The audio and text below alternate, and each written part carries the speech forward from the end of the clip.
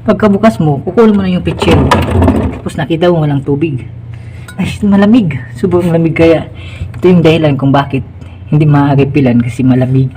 Kailangan mo po gumamit ng basahan. Basag. Kuha ka ng basahan.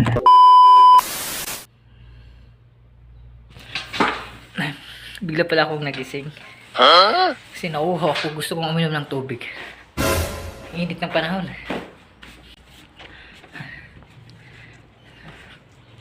Dahil ng tubig. Mainit ang panahon kasi.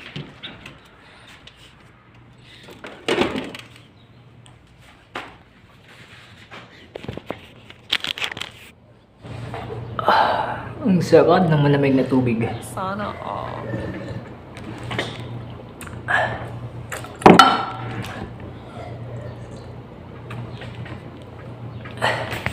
So paano kung na ka na at pagtingin mo sa picture, walang laman na tubig?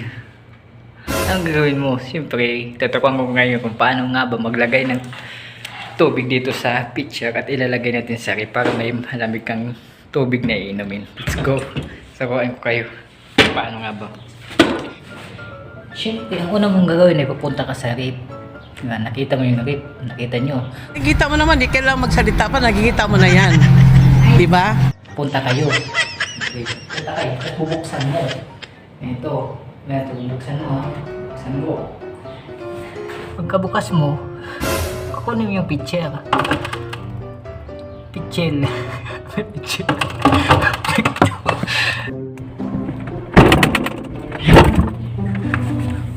Pagkabukas mo, siyempre kukunin mo yung pitcher. Oh, pitcher. Ay, may tubig. Saglit na.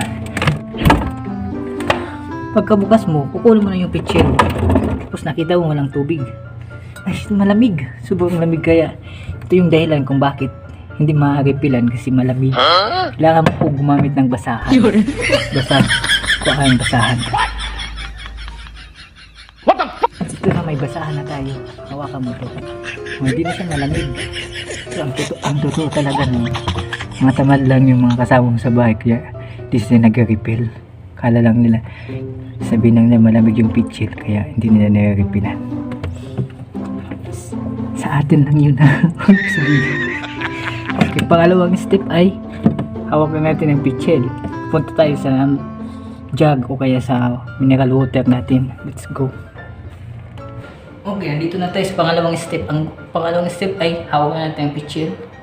At nandito yung tubig. Yung gawin natin ay tanggalin mo yung takip. Tanggalin mo yung takip. Tanggalin yung takip. Tapos buksan mo yung mineral water mo. Tapos lagyan mo siya. Lagyan mo.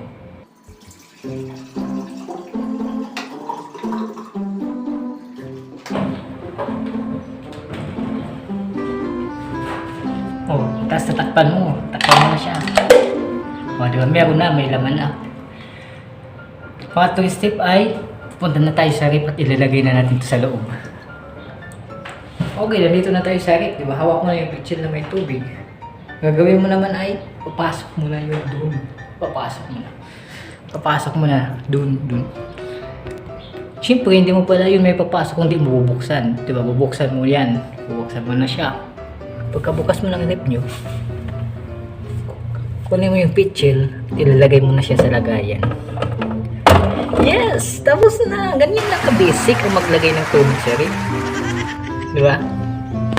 So ngayon, alam niyo na kung paano yung maglagay ng tubig sa ref, ha?